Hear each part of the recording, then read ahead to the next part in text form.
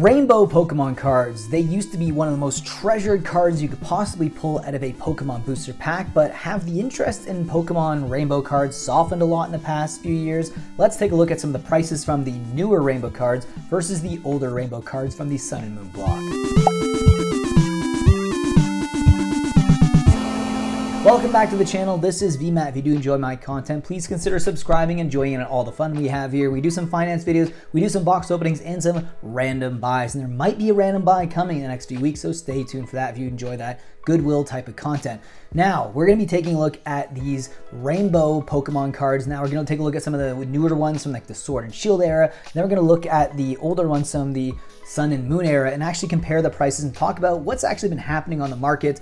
Is there a lot of disinterest now in these cards? They used to be some of the best cards you could possibly pull, but have they just fallen to the wayside mostly because of the alt arts? That could be one of the main causes, but let's take a look at some of the prices right now. This is the Alolan Vulpix here. This is the V-Star Secret Rare from Silver Tempest. Now, 3 months ago it was about $13.06, and now it's sitting at about $12.82, while the card did actually drop to $11.24 in mid-September. It's actually recovered quite well, so maybe the interest actually is shifting back to these other cards. Now, one other thing I wanted to note before we take a look at more cards is the fact that the foiling process on these is a little bit different in my opinion. I've noticed that the shine is a little bit less subtle. Like the older ones from the Sun and Moon era had a nice kind of subtle rainbow, kind of like an oil slick kind of look to it, versus these ones are a little bit more like glitter kind of style to them. I don't know if you guys enjoy that. I actually do like the Sun and Moon ones a little bit better, but I still do enjoy these cards. Now, this one I'm going to show you is because I find this kind of wild, that the Serena Full Art, the regular one, is worth more than the rainbow one. Now, this goes to show exactly what I'm talking about when it comes to just the demand issue on these cards. But you know, this card has been on pretty much a ski slope. It's sitting at $23.89. I actually did pull this card on my channel, and the rainbow one, it bottomed out at $10.30, but it's actually been on the rise in the past week and a half to $11.37. But again, you can see the price difference there, and it's kind of insane. Next up is the Unknown V-Star. This is the secret rare from Silver Tempest. This one's also been going down pretty much just like a ski slope.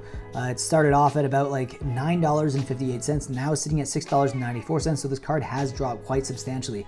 Now we have the Regidrago secret rare, also from Silver Tempest. Now, this rainbow card had a pretty good start 3 months ago at $6.79, and then kind of peaked and then went down again, peaked up again to $6.36, and then it went down to $5.46, and now sitting at $5.86. It has had a bit of an uptick in the past week or so.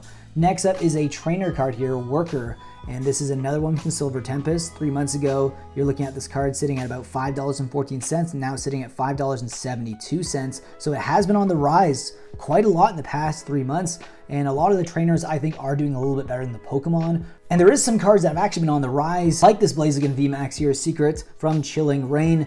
It bottomed out at $12.11 at the end of September, but 3 months ago it was $14.16, and now it's sitting at $14.12. So now it's actually close to that 3-month price point, so that's pretty wild. We have a Celebi here, and this is a VMAX from Chilling Reign as well. This one hasn't had the same strength as Blaziken. As you can see here, it was $9.16 3 months ago, and it's bottomed out October 13th to 15th at $8.76, and is now sitting at about $9.16. Now, I wanted to show you guys Metagross, and this is another secret rare from Chilling Reign. Now, this one actually has had some good price movement in the past few months, but as you can see here, $8.73 is what it was sitting at the end of July, beginning of August, and then it cratered right down to about $8.13 from September 10th to 12th. It is now sitting at $9.07, but it's actually had some pretty strong price movement over the past month and a half. Now, I want to show you guys some Sun and Moon rainbow cards. You guys can make your own comparison here. I just think that they look a little nicer, and there's clearly more of a demand. Maybe it's because there wasn't a lot of other cards that they could actually kind of compete with within their own set. But as you can see here, Charizard GX Secret Rare from Burning Shadows, $353.80. I can't even imagine any of the secret rares, the rainbow cards from the Sword and Shield era, getting anywhere near these prices, and I think it's just because there's just more competition within the owned set. So $419.34 was its price 3 months ago. Its highest point was actually at the beginning of September at $442.34. It's actually been kind of going down ever since, although the last week it's actually had a bit of a rise. So the lowest point was $331.15, and it's actually a little higher now at $353.80.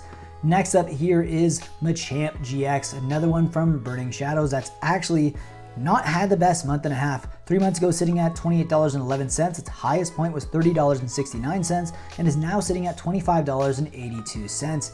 Next up here is a secret rare from the Team Up set. This is the Rainbow card, Eevee and Snorlax. Beautiful color combination. Now I actually think that those cards, characters actually fit really well together on a card. Now 3 months ago it was sitting at $117.25, and its highest point was just about 3 weeks ago at $147.85, and now sitting at $141.59.